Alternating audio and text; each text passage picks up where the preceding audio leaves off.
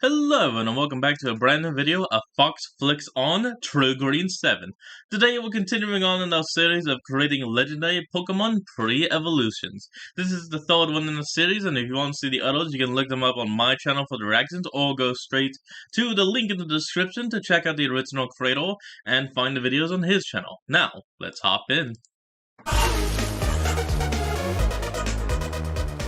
Hey guys, Ron here, and a few months ago I released another video in which I made pre-evolved forms of legendary Pokemon. So how about we get closer to the end of this limited series with another episode full of adorable prevos to godlike creatures. Keep in mind that most Pokemon don't only grow up when they evolve, their concept evolves too. The entire point is to try to find separate concepts for these Pokemon so they aren't literally just miniature versions of their evolved forms. But some will be. It's kind of unavoidable. Make sure to check out my previous Pokemon creation videos and consider leaving a like and subscribing if this is your cup of tea. I just released a video with new evolutions I made and some Fakemon I made based on anime characters. So check them out when you're done with this video. But let's begin by making a prevo for the first legendary Pokemon I ever caught, Groudon. Ruby was my introduction to mainline Pokemon games, so I want to honor the Groudon by giving him a child. Groudon has always had some ankylosaur traits, so I want to express that a bit more by making its prevo bipedal. Something that scurries close to the ground. It has great power when it comes to, like controlling the earth, but it can't move continents. It'll be a cuter Groudon based on lizards, like the horned lizard and armadillo lizard. Groudon's armor makes the patterns look like cracked earth, something ancient. While this tinier dude won't have these epic patterns, and therefore no cracks. First, I'm simply making the shapes that will form a thorny lizard, and a long tail that will almost look like a hand. And then I'm basically adding a Groudon to these proportions. A Groudon with way less features and simpler shapes. For example, a semicircle eye instead of a quadrilateral. Even its limbs are basically less segmented versions of its evolved form. I gotta pretend like upon evolution, its arms and forearms separate like an egg cracking, revealing the famous patterns across Groudon's body. A spike on its back so it can't be attacked from above, a simpler version of Groudon's tail, and Groudon's symbols. The colors were tricky because it already looks so much like a Groudon. I didn't want to give it Groudon's exact color scheme, so the thorny lizard inspired these variations in color, almost like camouflage to blend it into the hot desert and volcanoes.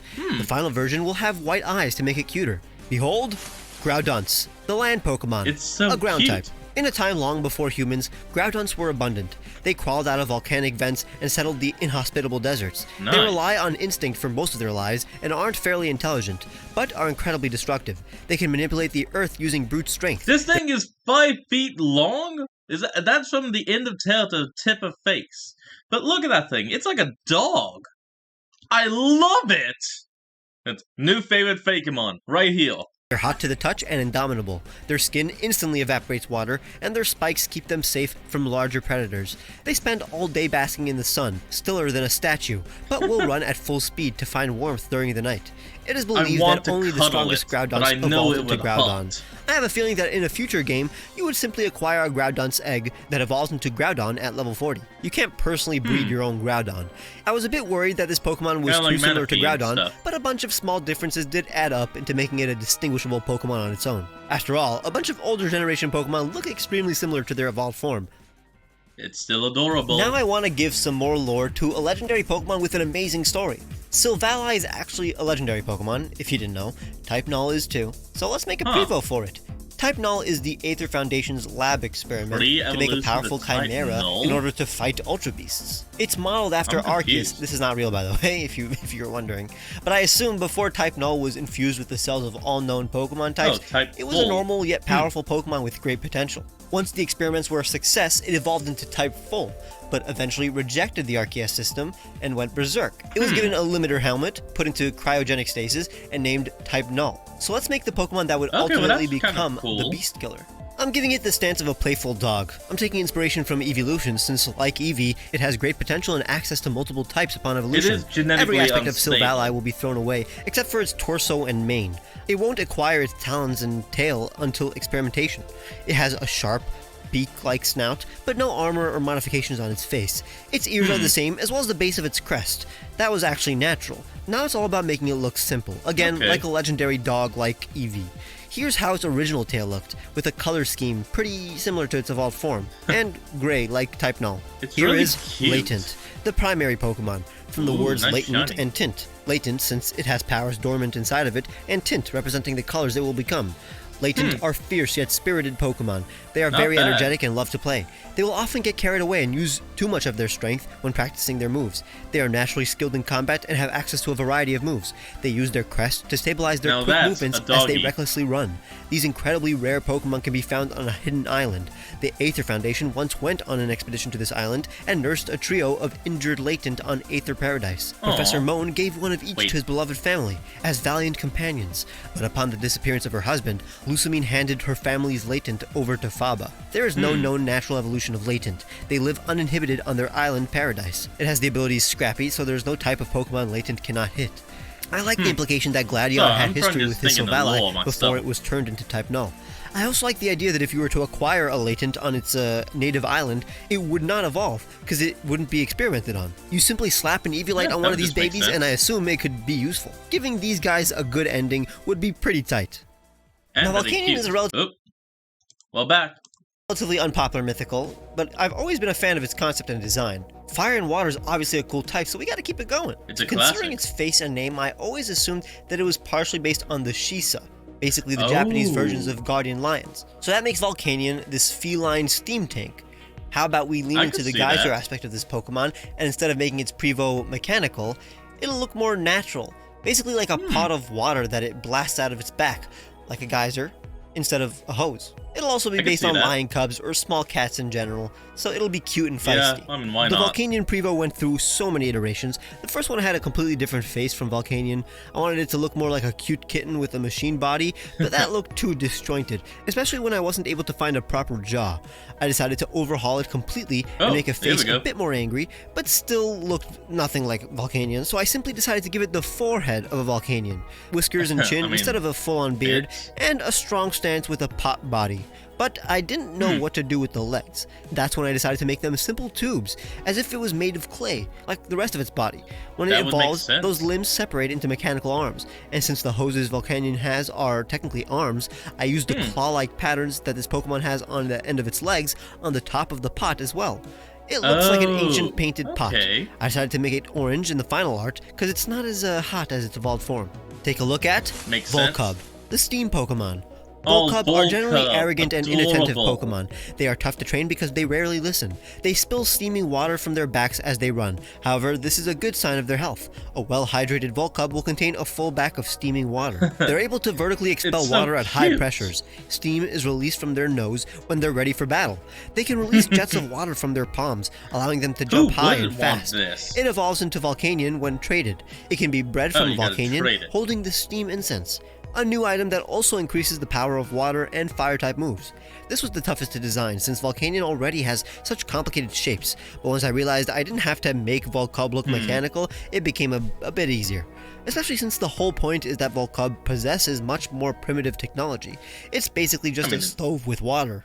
Yes. Now, the Swords of Justice are another bunch of Pokemon that I think get a bad rap, but I think a Prevo of one of them would improve their popularity. So I picked their leader, Cobalion.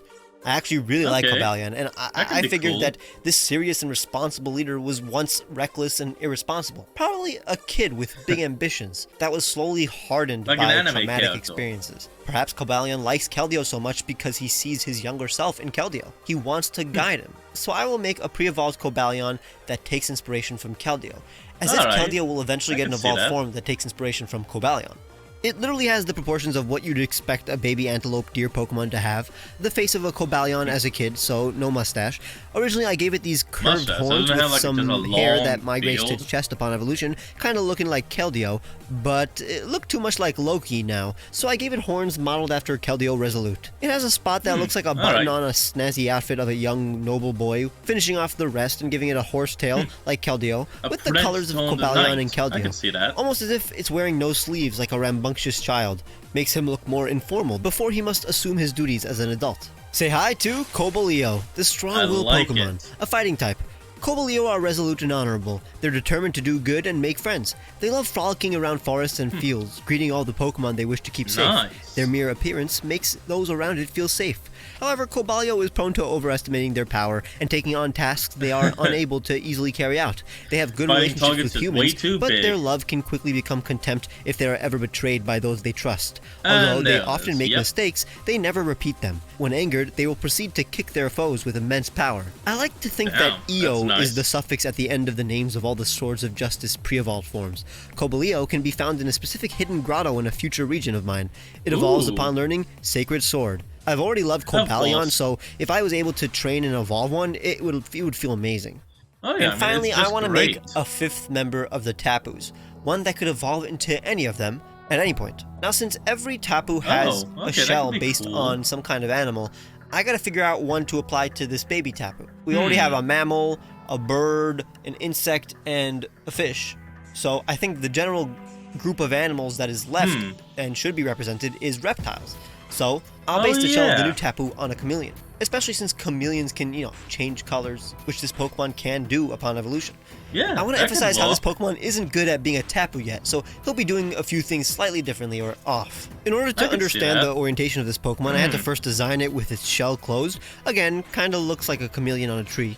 When the mouth opens up, the shell acts like a party hat. But what's funny is that its head faces the side of the mouth, so when this child is in the shell, he's floating sideways, almost like he can't properly act like a fully grown Tapu. You see the mouth? That's not a mouth. All the Tapus have white patterns on their faces in different shapes. His looks like a mouth, so it always looks happy, even when it's not. He's the only Tapu to actually have feet. He frolics through the air as he floats. His tail looks like a curled up chameleon mouth. When the shell is closed, it can pop out its tail to grab things. He's gonna be aqua green with some pink. All Tapus have a white pattern on their body as well, so this Tapu's pattern looks like a diaper. Meet Tapu Gecko, the land spirit Pokemon, a pure fairy type. Tapu Gecko can be found on all 4 islands of Alola during festivals. Tapu Gecko loves to dance with humans, usually embarrassing itself in the process by stumbling around and getting too rowdy. The aura that emanates from this Pokemon vitalizes festivities. It often makes a mess at its parties and will curl up into a shell when confronted with the consequences of its actions. The citizens of Alola, however, rarely punish it, since it evolves into the guardian deities they worship. Tapu Gecko does actually mean well, but it can get carried away when it has fun. It never really gets angry and will always run away from those it doesn't like. It would rather just find fun somewhere else. Tapu Gecko will often steal food by hiding inside its shell and grabbing sweets with its sticky tail.